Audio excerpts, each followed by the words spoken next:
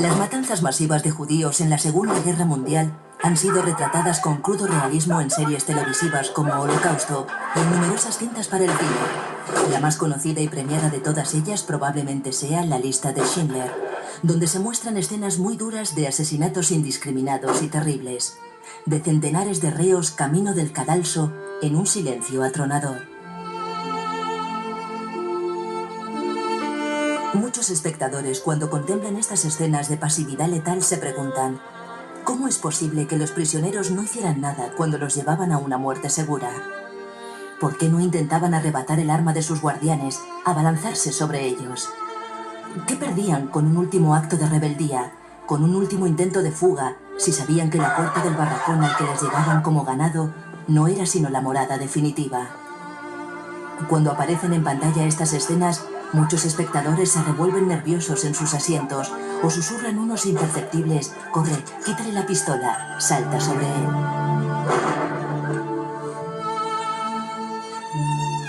¿Cómo explica la psicología esta pasividad ante un destino atroz como la muerte? O sin llegar a extremos tan dramáticos. ¿Por qué tanta gente asume sin ningún tipo de rebelión su propia destrucción física o psicológica, sin poner nada de su parte? Una teoría psicológica que podría ayudarnos a encontrar explicación a estos hechos es la del desamparo aprendido o indefensión aprendida.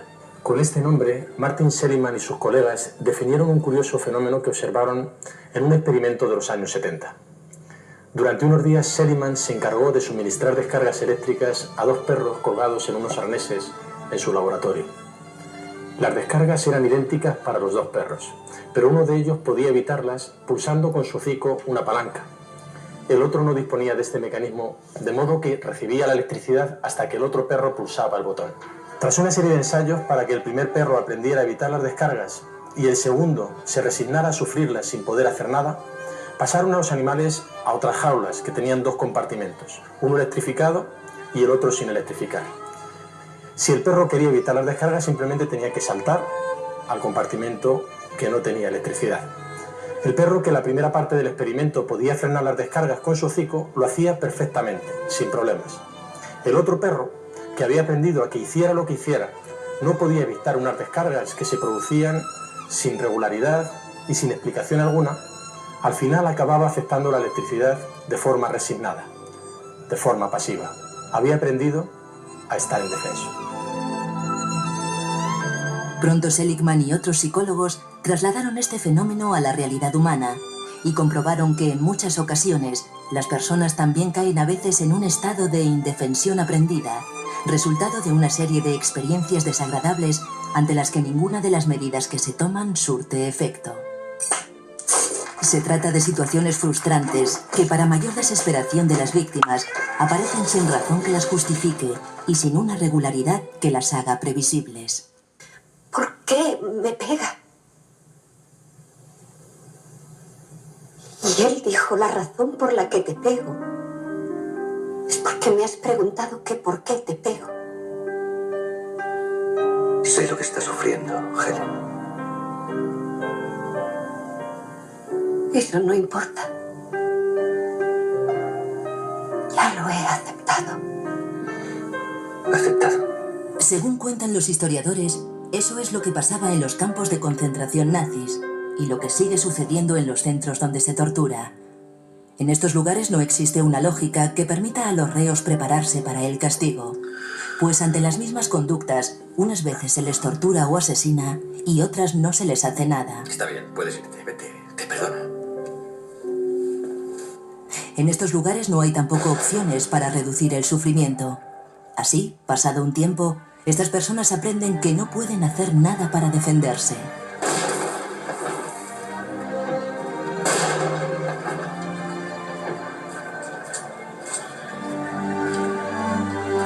No solo en lugares tan tenebrosos como los campos de concentración o los centros de tortura se puede aprender la indefensión. En el día a día, en las relaciones laborales o familiares, hay personas que tras muchos intentos fallidos por salir adelante han caído en una profunda indefensión. En estos casos no basta con que los espectadores de la película de nuestra vida nos digan: ánimo, actúa, cambia. Es necesario desaprender la indefensión y recuperar la confianza en uno mismo. para lo que a veces la ayuda de un amigo, un familiar o un profesional de la psicología puede ser decisiva.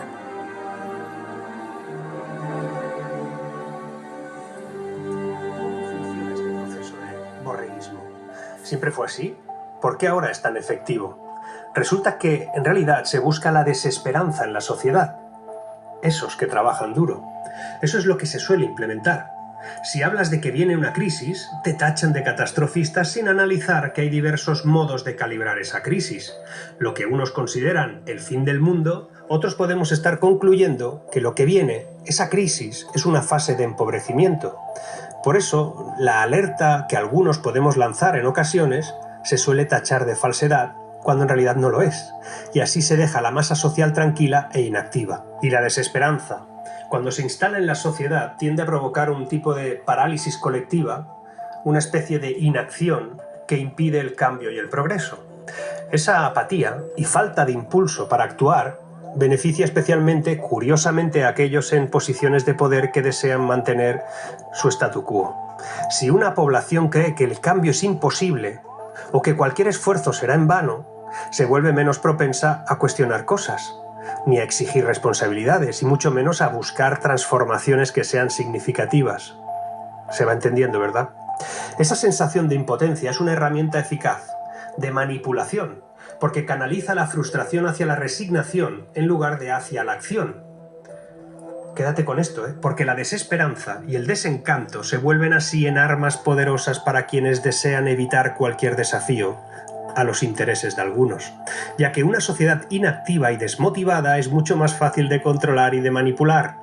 Además, con la inacción, la crítica y el escepticismo se quedan en la queja y el lamento, nada más, y no alcanza un nivel que pueda amenazar al sistema existente. En última instancia, la desesperanza beneficia a aquellos que, ya sea en esferas de poder político, económico o mediático, prefieren una sociedad pasiva que no impulse cambios profundos ni exija reformas estructurales. A cambio les entregan como algo que parezca que les han descubierto la verdad, cuando en realidad es otra mentira.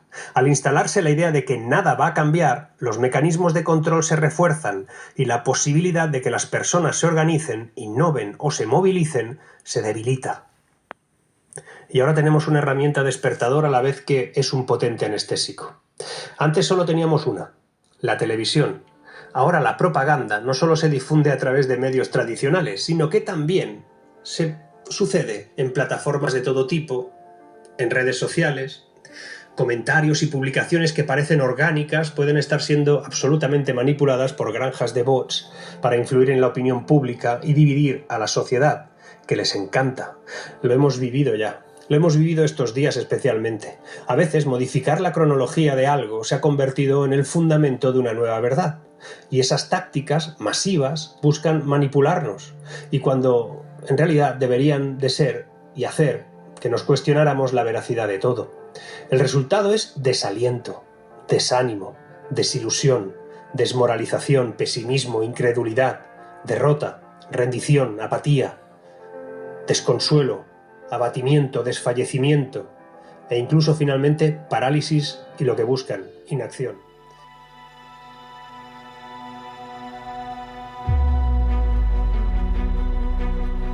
Decía Orwell, si algo significa la libertad es el derecho a decirle a la gente lo que no quiere oír. Y ante lo ocurrido ya no podemos quedarnos callados. Ya no podemos permitir que los políticos sigan jugando con nuestras vidas ni nos sigan mintiendo. Tal vez puedan controlar Radio Televisión Española con sus leales hooligan y fanáticos que se someten a la causa y callan ante la verdad. Pero lo que no pueden controlar es lo que sentimos y pensamos los ciudadanos, porque la catástrofe que estamos viviendo no es solo natural.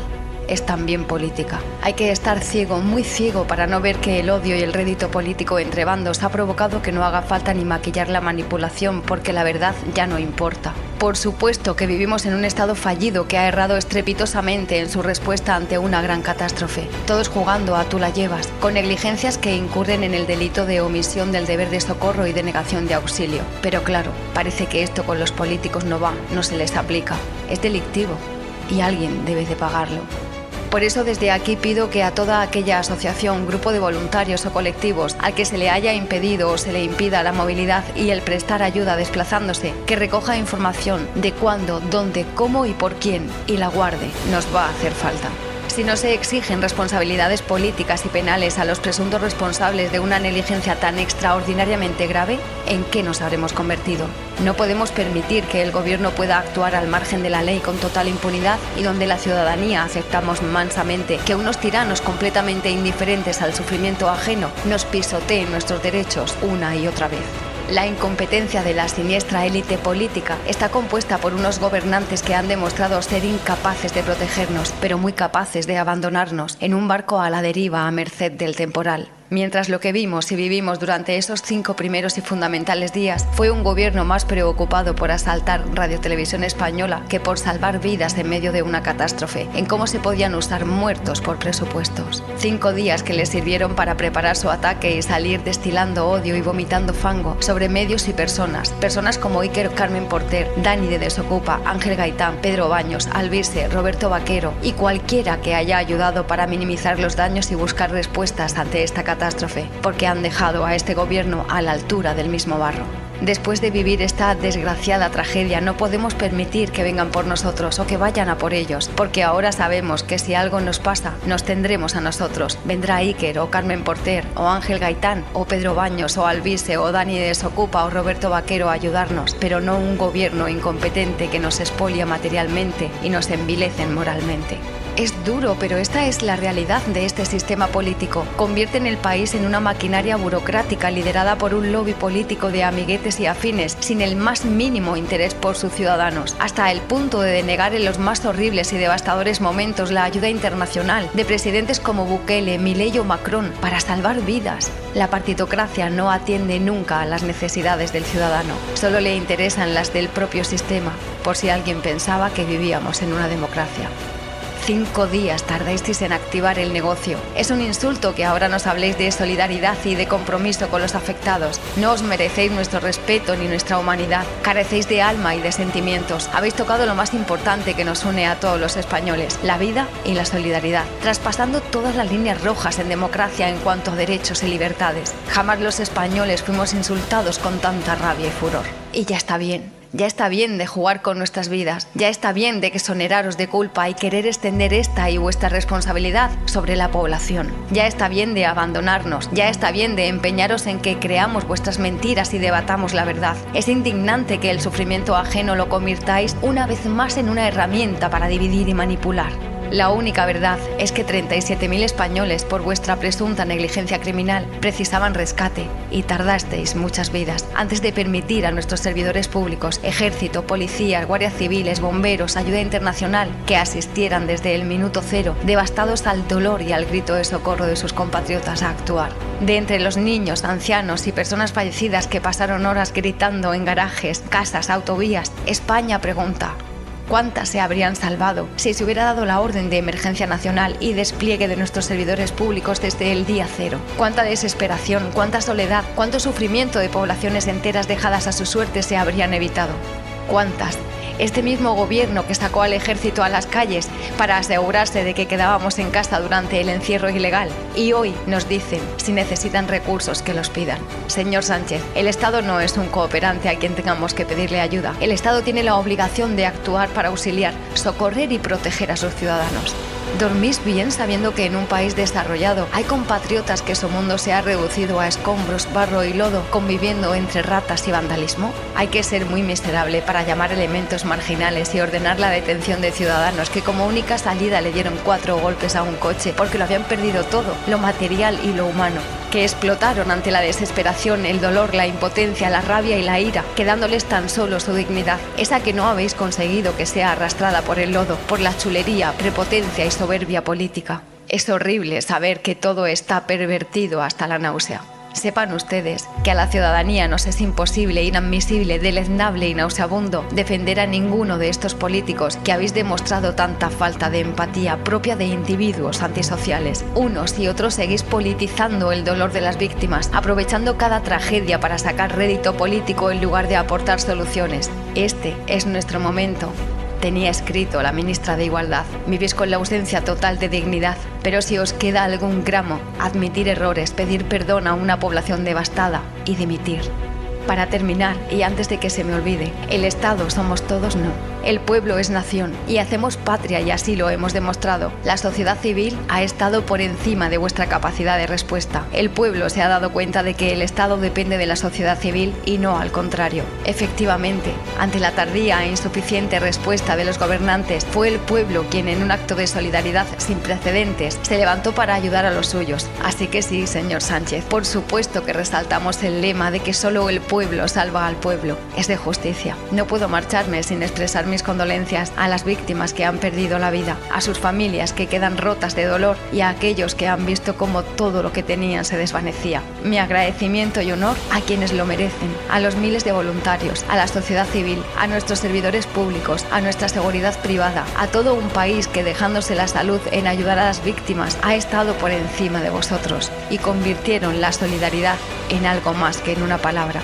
Que las lágrimas de Valencia y España sirvan para que este país resucite, porque si después de esto en España no hay un punto de inflexión, es que estamos muertos como nación.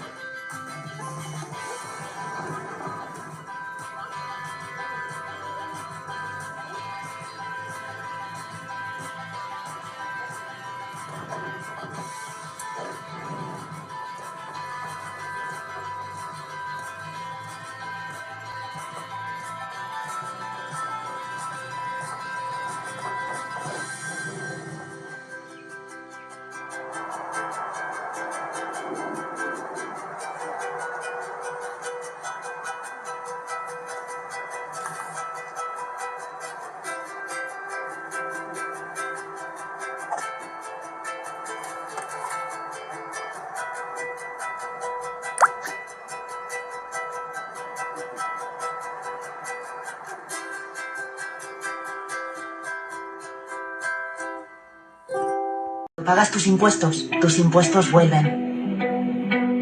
Vuelven con las personas que están ahí para que todo salga bien. Con esa profesora que te marcará para siempre. Con las ayudas para emprender y reemprender. Vuelven cuando llega una emergencia y entonces llegan ellos. Cuando necesitas ayuda, incluso para llegar a lo mínimo. Cuando consigues la beca que te abrirá puertas.